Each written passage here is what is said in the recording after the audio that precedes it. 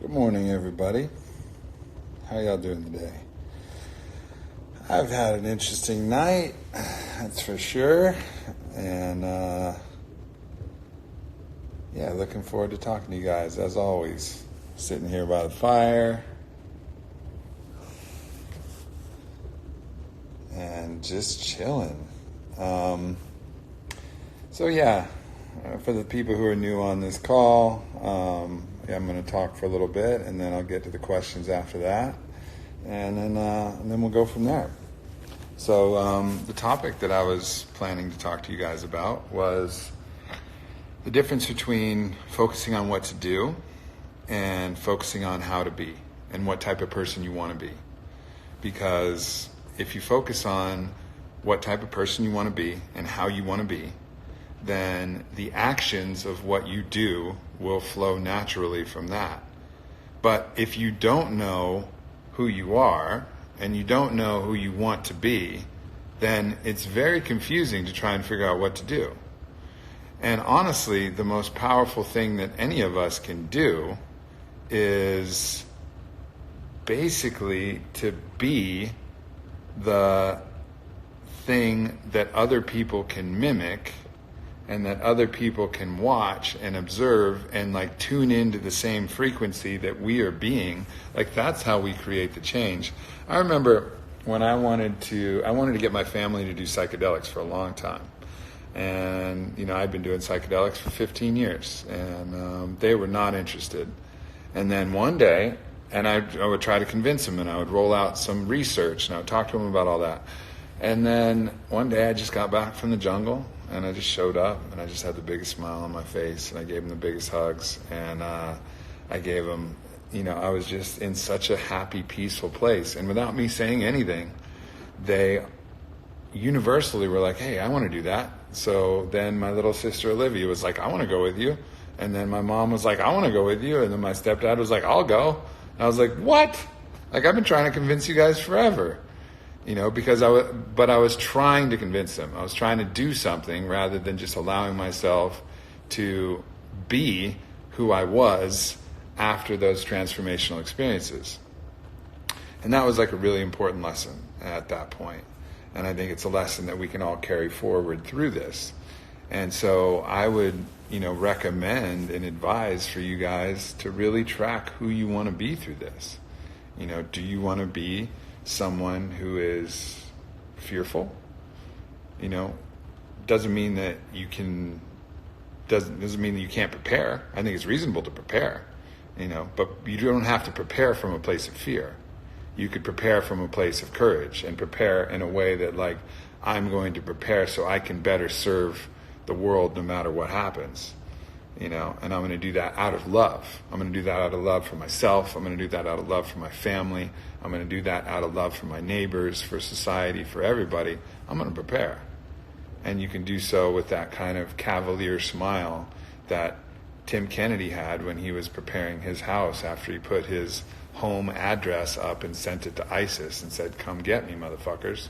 He literally prepared his house with a smile, because that guy is just as courageous as they come. And his actions like that actually had huge ramifications, because I think and that went all over the news, and I don't think he gets enough credit for what that action did. Like his willingness to show his lack of fear at the time where everybody was doing was talking about ISIS, like that was an amazing moment, because if he was willing to not be afraid and do that and put his home address out and say, hey, ISIS, I'm Tim Kennedy, here I am, come get me, motherfuckers, and they didn't come get him.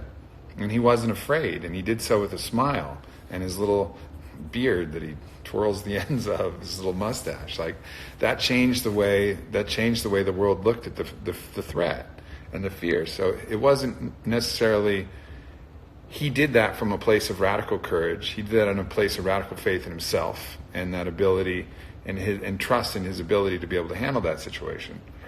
So obviously the application to this situation isn't one for one. The corollary isn't like identical, right? Like we can't go out and, shake a bunch of people's hands or, intentionally contract coronavirus. Like, that's not safe from a global kind of perspective. But nonetheless, we can still claim ourselves to be, be the one who is courageous, be the one that is acting without that sense of fear and without that sense of panic. And it's not that Tim Kennedy didn't. I talked to him about what he did to his house. He bulletproofed the glass. He set up extra alarms and extra cameras and like other sensors around the place. He had 4 different spots in his house where he had guns stashed. And in those gun stashes, this was his first shooting vantage point. This was his second shooting vantage point, his third. And then he was like, and the final one is the hallway where my family lives. And this is where they have to climb over my dead body to get to my family. So he had a plan. But he did that plan, and when he was telling me about the plan, he did it with a smile. He trusted himself. He trusted that he was going to make it through. So he prepared, but he also did it, and he acted out of a place of courage and of fearlessness. And so how can we act from that place of courage and fearlessness in this time? And I think that's important. And that could be as simple as, sharing laughter and sharing love. I think, one of the channels that's really inspiring me is watching The Daily Show. Like, The Daily Show is still putting out like amazing, funny content, even though they're not running their shit in the studio. But Trevor Noah and, all of the other main characters in the show, I'm just cracking up. It's like something I'm really looking forward to seeing. And, they're still keeping the humor through this whole thing. And it's beautiful to watch that. And it's, I think, so important as that contrast to the mainstream media, right? Like, that's like, it's so different because it doesn't have the frequency of fear. It's not carrying that same essence and idea of fear. And I think that's the thing that gives us all that opportunity. And I think even, I haven't listened to the podcast yet, but, seeing Joe Rogan and Duncan Trussell in their funny little costumes and doing that podcast, I want to listen to that because I think that's also them doing the same thing. It's them taking, showing that, yeah, all right, this is a real thing, but nonetheless, we can still have laughs and we can still get high and we can still dress up in funny costumes and, 2 best friends can get together and laugh and share a great time together. And I think that's such an important message to put out. And I look forward to watching that podcast with them and checking out what they have to say, because I think that's just crucial in these times because, fear itself is undoubtedly a virus, and if we contract that virus, we'll spread that virus. And the more we spread it, the more people will overreact, the more there'll be panic buying, the more that people will have stressed, they'll be stressed, their immune systems will be stressed, they'll be, incapable of preparing for what's to come. And, who knows what's to come? I mean, I think almost certainly all the states are going to follow California's lockdown regulations and lockdown rules, and I think that's something that we have to prepare for.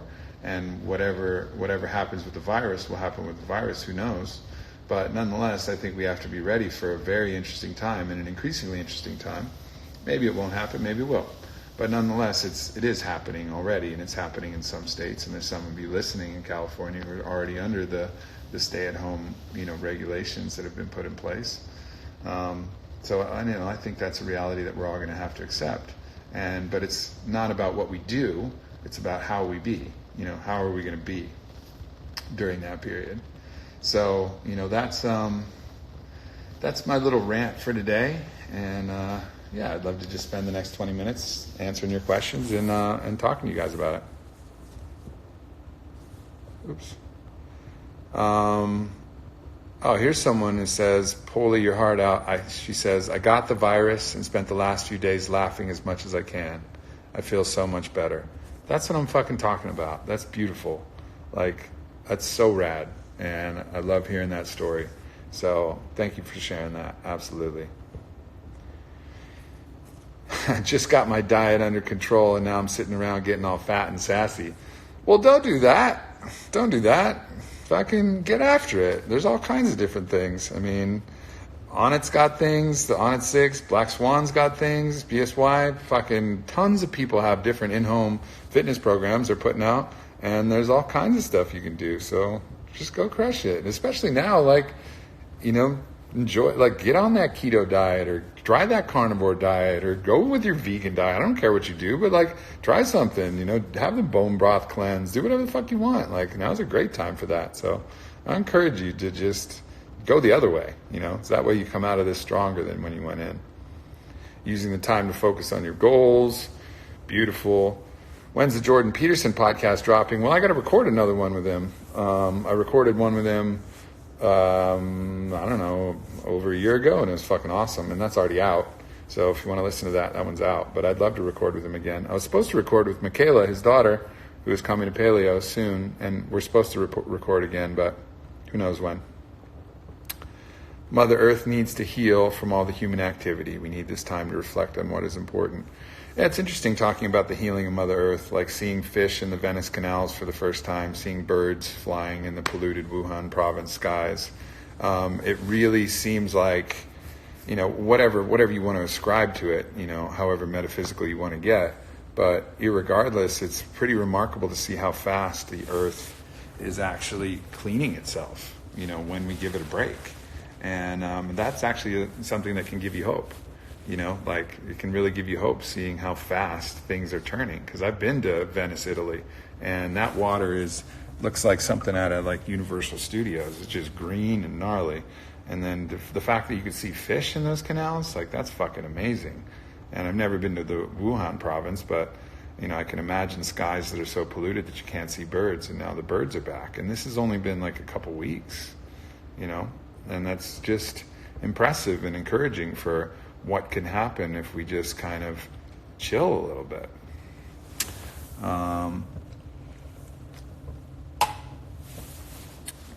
What's up, my Chilean friend? What brand of snus do I use?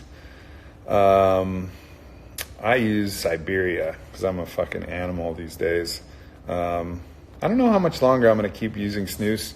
It seems to have been more effective in my first year, but I still do. But I think I might go back to smoking cigars. What am I doing to stay playful? Well, that's a good question, Savannah. Working out, stacking rocks. I got really high and watched Stuber. That was probably the best thing that I did. Was like, if anybody who has access to weed and can get like Stuber on demand, that shit is fucking funny. I don't know. I had like the best time doing that. So yeah, I mean, I'm doing everything I can to just stay playful, and been doing a lot of breath work actually, and doing some different meditations and different things like that. So lots of cold plunges, and yeah, pretty much it.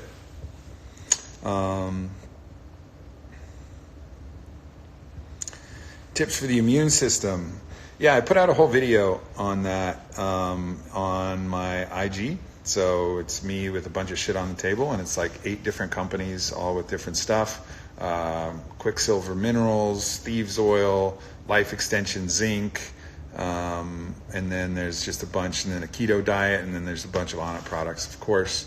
And people are like, man, you're just promoting Onnit products. Well, fuck, man. If I created a company and created products and created supplements, and I really wanted to support myself and I didn't use them, that would be me being a fucking hypocrite. Like, what kind of asshole would not use the stuff he created? Like, I created such shit products that I'm not going to use my own stuff. Like, obviously I'm going to use my own stuff. It's fucking, I created it for a reason. Alan Watts is a t-shirt, not a hoodie. So that's available on the Onnit site. Yoga Karate Fusion starting. I fucking like that.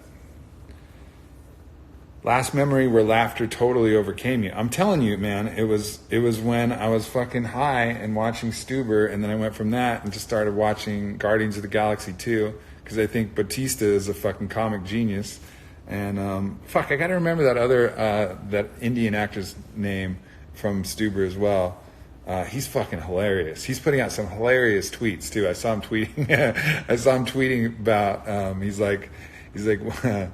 Where are all the people who are telling me to have kids now?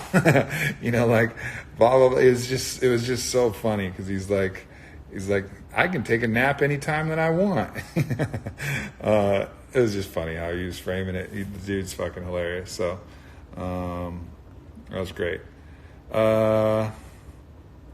Cambo Daily, that seems aggressive. DMT in Call of Duty, that also seems aggressive. There's some questionable ideas on here. What is my take on QAnon? Man, I don't fucking know. I read some shit on QAnon yesterday. I watched the David Icke podcast. I don't know, man. I'm not ready to talk about that shit yet. Tavlo, I bet you are sun gazing through your sphincters. You would be.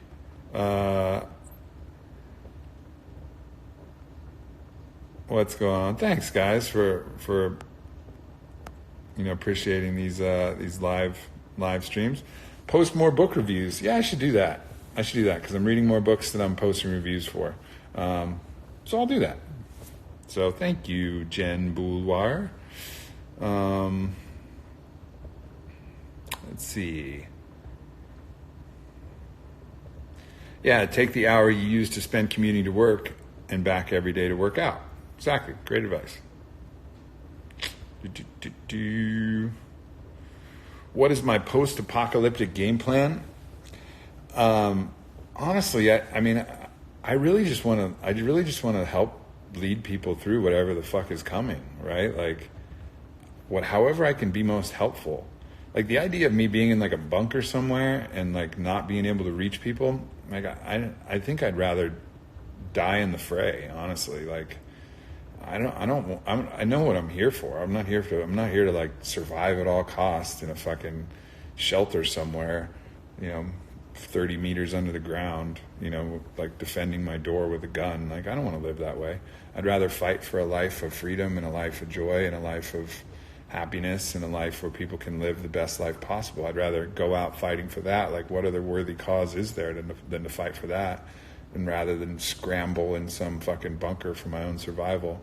Like, so, I don't know. I don't have a real fucking game plan. I'm just trying to do the best I can, honestly. And I don't know what that is. I have no idea. So, it's just because I don't know what the future holds, and I don't know what's going on.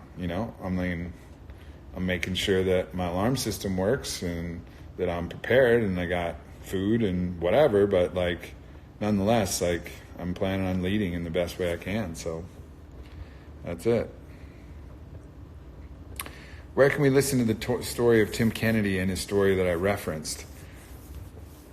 If you Google Tim Kennedy and ISIS, I think he had some interviews.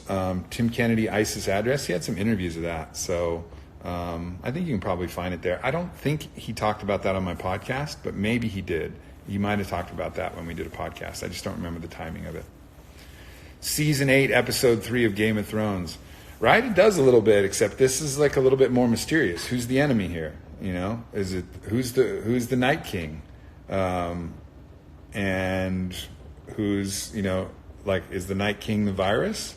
Or is the Night King the Orwellian draconian measures that are being employed to try and control the virus? Like, where is it? What are we really fighting? Both? One or the other? I honestly don't know, and that's the question, and I think that's what makes this time really so interesting. How am I dealing with distancing myself from the ones I love? I'm talking to them on the phone all the time. I'm FaceTiming them. I'm just trying to stay close. I've actually, I have so many people that I love that I hardly talk to, and I've just spent way more time reaching out to them. And talking to them on the phone and FaceTiming and things like that. And a lot of groups are getting together and we're doing like group Zoom calls and chatting. My closest, most intimate circle, I still see that's like my family, right? Like you can't social distance from your kids, and nor can I social distance from my closest brothers and sisters. So I still see humans. I'm not like in complete isolation. But the amount of people that I see is probably 3 people total. And then everybody else is just all fucking Zoom calls. It's like, it's all just Zoom calls and Skypes and FaceTimes and phone calls and just trying to stay close that way. It's the best we can do in times like this. Russell Brand podcast, I would love that for sure. Let's see. What are my thoughts on Kratom? I think Kratom is fucking delightful. I don't know. I think the problem with Kratom is I just worry that there's some issues with dependency on it, because it just feels really good. And I wouldn't say it's necessarily like crazy addictive. Like if I take it, it doesn't mean that I'm like need to take it the next day. But I can see why you would want to, because you just feel better when you take it. I don't know. I think probably some more research needs to happen on that. Is this distancing similar to my darkness therapy? Hell no. Hell no. Look around me. This is fucking amazing. I got things I can see. I'm talking to you guys. I can listen to music. I can read a book. I can like go to my fridge. I can do all kinds of shit. This is way better than darkness. You know, this is like a circus. Look, I got outside. I can go outside. It's raining today, but I can go outside if I want. So, you know, this is a lot different. Going on walks every day. That's it. Earth needing some healing time. Your girlfriend is stuck in Peru. Please help. Man, I can't help you with that. That's a bummer, though. I'm sorry to hear about that. Do I think I'll ever get married? Who knows? I don't know. It's a good question, though. I mean, I certainly wouldn't like ascribe to the normal way about it. You know what's the funny thing about marriage? Here's the funniest thing. One of the funniest practices is, you know how they let doves go? Well, they let doves go and everybody's like, oh wow, how romantic. The doves are now free out in the wild. Those fucking doves aren't free. So they train the doves to fly back to the coop, and then the doves go back to the coop after they let them go, and then they put those fucking doves back in the box, and they do like 3 or 4 weddings a day. And they're just letting the same fucking doves out of their box. And then the doves are flying back from the box to the coop, and then they put them back in the fucking box. So they're like slave doves. And they're like, oh, wow, how romantic. Like, bullshit. This is fucking nonsense. A great business model, because you never have to lose any doves, you know? But nonetheless, like, that's crazy. There's lots of things that are crazy about, I think, the wedding ritual itself. But whether I actually get married, I would do it at in my own way, for sure. Let's see. Love from Patagonia. I love Patagonia. I usually like sativa. If you guys keep talking about weed, that must be where I'm at in these questions.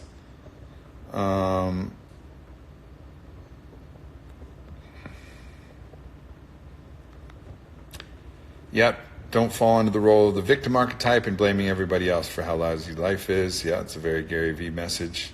What would I recommend for anybody getting into meditation right now? I would recommend the Muji meditation that's on Spotify. It's fucking fire. It's only 14 minutes. Check that out for sure. I think it's great. Guided meditations are amazing. Dispenza's meditations are really good too. His voice is a little weird, but his meditations are awesome. Yeah, Sam Harris has some good meditations too. Buy stocks right now. Not right now, but I actually did just open an E-Trade account. I'm not an investor and I'm not an expert, so you probably shouldn't be asking me shit about that. I'm going to talk to some people. I think stocks are going to get oversold, and maybe they're oversold now, but I just want to have the option to invest if possible. So a lot of questions about Corona being man-made and stuff like that. I don't fucking know. I have no idea. I mean, what I'm really concerned about is the virus of fear. You know, that's the thing that's really, because the action of fear is to claim more fear, and the action of power is to claim more power. Like if you're in the game of power, you're going to want more power, and so the people who are gaining power from this are just going to want more power, and the people who are in the essence and frequency of fear are going to spread more fear. And, you know, that's a universal law that I understand. The action of love is to claim more love. Like creates like, right? So that's the, that's really what I'm focusing on the most. Eckhart Tolle, yes, he's amazing. His book, A New Earth, is fucking awesome. Thanks. I love my house too. I appreciate that. Do I drink caffeinated teas like yerba mate, or do I prefer my coffee? I drink caffeinated teas. I like them. My mom was a tennis player, so she went to Wimbledon a bunch of times. I don't know if y'all know that. And so she got me drinking like English breakfast tea with cream. And so I put heavy cream and I put a few drops of stevia in it, and I love it. It's really nice. I like drinking that in the afternoon. Coffee in the morning, tea in the afternoon. How many days a week do I smoke pot? Less than one, like probably once every 2 weeks. But with as much fun as I had getting high and watching Stuber, I don't know, I might increase the ratio. How do I overcome fear of death? That's an interesting question. I mean, for one, you have to accept that you're going to die, fully accept that you're going to die. And then for me, it was coming to the recognition that death is a transition. It's a ceremony. It's just the end of the physical expression of our being, but not the end of the unborn and the undying part of ourselves. And I don't expect you to believe me when I say that, but it's something that I know. And I know it from my own personal experience. But nonetheless, like that's a journey that you would have to take. The hubris of mankind is the Night King. It's an interesting way to look at it. Do I think to write a new book? Yeah, I'm writing a new book now. Excited about it. Working with Harper again, so it's going to be great. The challenges the new Onnit CEO faces managing during a crisis. Comments. Yeah, I talked to him for a long time this morning. He's fucking crushing it. He's doing such a good job. Like, just trying to make sure that, really what we're trying to make sure is that the warehouse is going to continue to be able to ship no matter what, so that we can get our products out and continue to get our products out to people who need them and want them. And that's the most important thing. So, and there's a lot of things we're doing, talking to city council, talking to lawyers, making sure that we prepare for that case in which they try to shut down businesses. Kratom is I believe it's a tree that comes from Southeast Asia.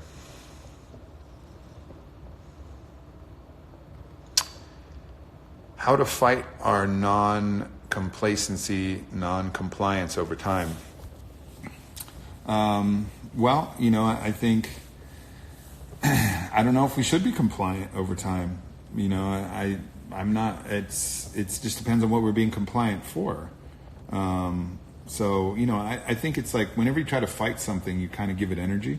So just understand that maybe these mechanisms are actually built in for a reason, and take a look at them. And maybe there is no reason to fight them.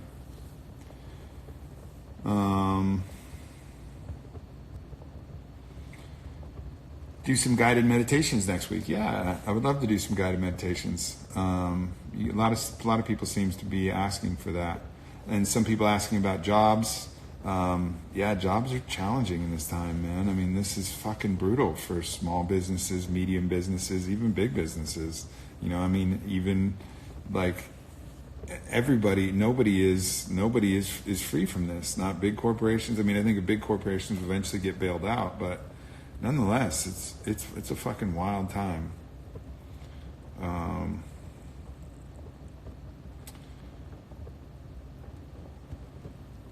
If I invest in stocks, Tesla fell over 53%, and I would for sure invest in Tesla. I think Elon Musk is a fucking genius, and I think his cars are amazing, and I really believe in that. So I would probably buy some Tesla.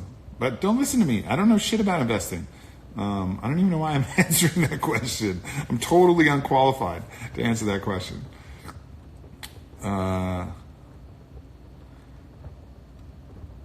Leading a virtual ecstatic dance. Hey, yeah, Steven, what's going on, man?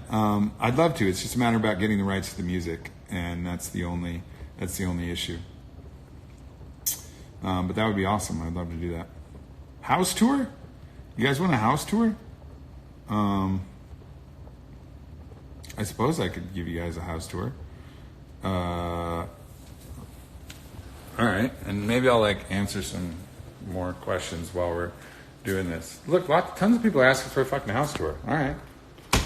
Well, house tour it is. Okay, we're moving into the dining room here now. This is a cool painting. I have mostly original art because I feel like the essence of the painter when they paint something. So this one piece of art here. This is a cool opium pipe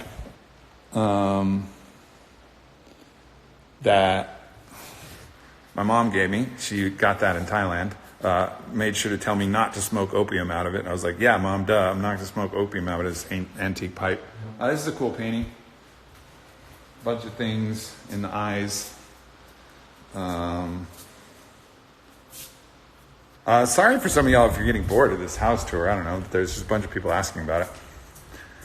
Here's my backyard. Y'all have probably seen this. It's raining.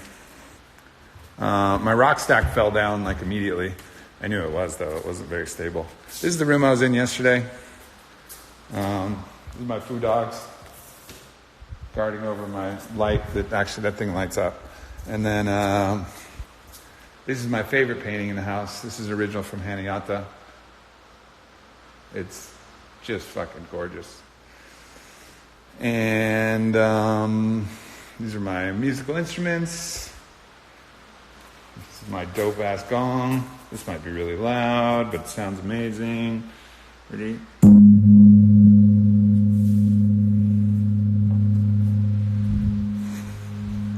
And here is my treatment room. So I have a massage table. This is my Juve light. This is my regular light, vitamin D light. And then this is my meditation room. I think I showed you guys this place before. Here's my altar. All my sacred items. Don Howard. Big ass crystal. Which is really pretty. And Sachamama. My ayahuasca man mask. And then, let's see. Oh, this is another cool painting from Lika Johansson, which I think is really beautiful. And, see, here's my bathroom. This old samurai print that I got. Guest bathroom. Got the tushy installed on the seat.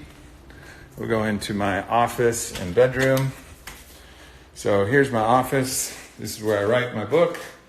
This is my journal. This is an old typewriter that my sister gave me, more for sentimental purposes. And this is where I write, looking out the window. This is some other like crystals and books and artifacts and things. And then here's my bedroom. Love this painting here. That's by an artist named Victor Grasso. So, love that. These are the sirens. This is a really sexy painting from Realm Artist, follow her account. She's fucking rad. Her name's RELM Artist. If you're into that kind of thing, of course. Bathroom, shower, and then into my closet. Got a chandelier in my closet, which is dope. And then all my shit. These are all my kicks. More stuff over there. And then, you guys want to see my fridge and my pantry? You guys said that. Okay, so here's my fridge, my pantry. So, why did I pause? Okay, snack collection. Lots of keto snacks. All that at some point. And then going upstairs. This is axis deer that Whitney hunted and we ate for about 6 months. It's some more art and Shipibo blanket. And then here's like a really cool antique chessboard. You guys see that? I don't really have anybody to play chess with, though, which is kind of a bummer because I love playing chess. It's a print of Whitney gave me. Here's this 3D chessboard, which is kind of cool. Really fucking confusing to play that thing. Like really confusing. Pool table, old books. These are my pinball machines. Fucking love Avatar. Avatar is like the best game ever. So love that. Here's my Avengers game. I'll show you guys the guest room, and that's like pretty much it. Guest room.